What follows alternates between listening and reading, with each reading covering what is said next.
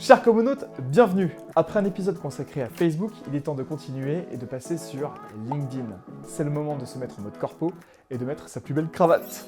Il s'agit pour cet épisode de rester généraliste. Pas de panique, d'autres épisodes viendront où là on entrera un petit peu plus dans le détail. Et à la fin de cet épisode, je te donnerai un petit conseil pour bien démarrer sur LinkedIn et booster ton référencement. Et si tu as fait sonner la cloche et mis le petit pouce bleu, alors c'est parti. Embarquement immédiat pour le plus grand réseau social professionnel du monde.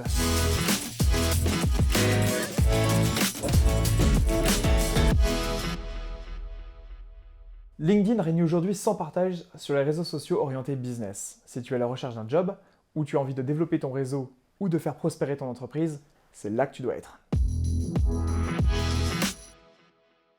Créé en 2003 en Californie, LinkedIn a d'emblée été conçu pour mettre en relation des professionnels entre eux. Donc excite le côté fun et ludique, même si on peut beaucoup s'amuser sur ces réseaux sociaux. Et à ce moment-là, Jean-Jacques, tu sais ce qui me sort? Il me dit, bah non, on peut pas faire ça, on peut pas jouer les livraisons, parce que si on fait ça, on va rentrer en décroissance et on va mettre des millions de gens au chômage. Oh écoute, quel trumillon. A noter que la plateforme Viadeo, réseau professionnel concurrent, qui avait pourtant bien commencé, s'est en fait littéralement fait bouffer par LinkedIn. Ce dernier a d'ailleurs bien évolué, jusqu'en 2016, date de son rachat par Microsoft. Aujourd'hui, figure-toi que ce réseau, c'est 610 millions de personnes dans le monde. 610 millions. Spécifiquement, ce réseau est basé sur la contribution. C'est-à-dire, si l'on fait simple, basique, que plus tu crées un réseau et du contenu pertinent suscitant de l'engagement et des réactions, plus tu deviens performant et intéressant. Tout ça c'est vrai, mais cependant à nuancer. Nous allons voir ça.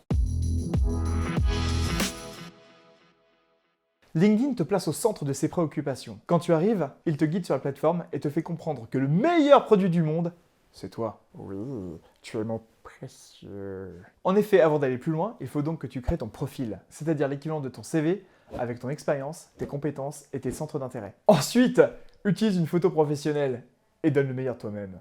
Allez, la photo pour LinkedIn. Ensuite, il faut respecter scrupuleusement les étapes que te recommande LinkedIn pour passer de débutant, intermédiaire, expérimenté et ensuite atteindre le grade ultime de expert absolu. Expert en quoi? En rien en fait. Ça veut juste dire que tu as bien rempli ton profil. Classe, non? Et après avoir bien renseigné ton profil, c'est maintenant que les choses se corsent. Bienvenue dans la jungle, petit gars.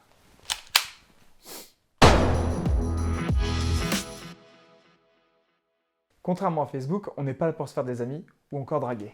Oh, mais quelle belle photo professionnelle! On est là pour faire du business, mon gars. Donc, basiquement, c'est super si tu as de parfaits inconnus dans tes relations. Surtout s'ils ont une profession qui correspond à tes centres d'intérêt. N'aie pas peur et assume parfaitement ton côté greedy. Et voici quelques chiffres pour te démontrer ça. 100% des entreprises du Fortune 500, l'équivalent du CAC 40 américain. Putain, t'as rigolé! T'es vraiment un connard! Elle était bien! Putain, mais non, ça y est! Voilà, il est ennemi. 100% des entreprises du Fortune 500, l'équivalent du CAC 40 américain, sont présents. Et 40 millions de membres présents sur le réseau sont en réalité des décisionnaires importants. Ensuite, tu as plusieurs options. Tu peux soit créer une page professionnelle ou rejoindre un groupe. La page professionnelle est directement liée à ton activité ou à tes centres d'intérêt, tandis que le groupe, c'est plus un groupe de partage, d'échange, c'est idéal pour réseauter. Et pour le petit détail, à noter que la présence moyenne des utilisateurs est de seulement 17 minutes, contre presque 50 minutes pour Instagram. Ouh. Hormis sur quelques points précis, LinkedIn est encore un réseau social gratuit, ce qui devient de plus en plus rare en 2021. Ça veut dire qu'il favorise beaucoup les posts à portée organique. Organique signifie tout simplement une publication qui n'est pas sponsorisée et qui suscite les réactions de façon naturelle. Cependant, petit gars, il convient de bien maîtriser les usages. Parce que crois-moi, l'algorithme est sans pitié. Drastique. Emotionless. C'est un petit peu comme si tu avais décidé de laisser un joueur de football américain réglementer la vie de ton open space. Et voilà. Pour se faire connaître, pas besoin de payer ni de faire la course au like, mais un travail de qualité et avoir beaucoup de patience pour produire un contenu régulièrement suffit. Et oui, jeune padawan, le résultat que tu recherches est l'équilibre parfait entre régularité et qualité. Images, vidéos, texte, varie les plaisirs et montre ce que t'as dans le ventre. Montre qui c'est le patron.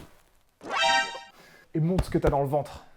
La stratégie dite du cross-canal peut être aussi très intéressant. En fait, il s'agit de faire un pont entre des différents réseaux sociaux. Par exemple, un post relié sur Facebook, YouTube et LinkedIn. Voilà. Attention cependant, car LinkedIn a un algorithme capricieux qui apprécie beaucoup le contenu natif. C'est-à-dire qu'à partir du moment où tu décides de faire quelque chose, il faut que ce soit pour LinkedIn, même si tu as une vidéo hébergée sur YouTube. Je le répète, l'objectif est d'être vu et de se faire entendre le plus régulièrement possible. Si un article reste l'outil idéal pour développer un propos plus en profondeur, il demande cependant beaucoup de temps. Donc au début, sois en réalité quantitatif et privilégie la rapidité et la régularité. Oui, ça peut paraître à l'inverse de ce que je t'ai dit un petit peu plus haut, mais là c'est vraiment pour démarrer.